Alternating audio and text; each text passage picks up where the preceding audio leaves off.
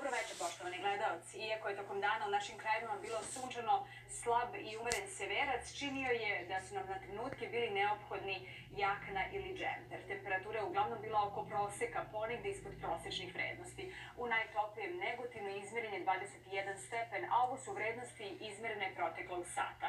Protekle dana obeležilo je varljivo prolećno vreme. Najviše kiše bilo je na istoku zemlje, oko 40 litara po kvadratnom metru.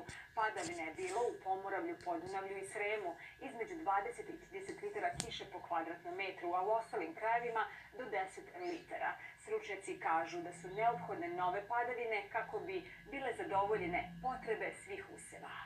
Prognoze vremena: oblaci će se sutra zadržati uglavnom iznad zapadnih i severnih delova kontinenta, dok će Balkansko poluostrvo i Srbija biti pod uticajem slabog anticiklonskog polja.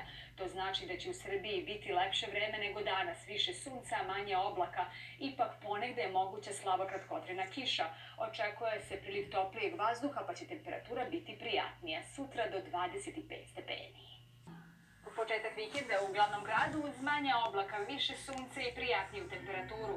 Jutarnja temperatura oko 11 stepeni, najviša dnevna 22 stepena. Identične vremenske prilike očekuju se u Novom Sadu, kao i temperatura do 22 stepena. U Kragujevcu, Nišu i Prištini maksimalna temperatura za stepen niža. Biće i sunce i oblaka. Evo kako se vreme očekuje narednih dana.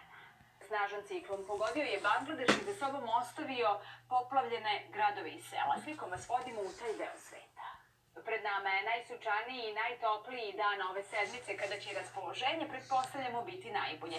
Temperatura sutra do 25 stepeni.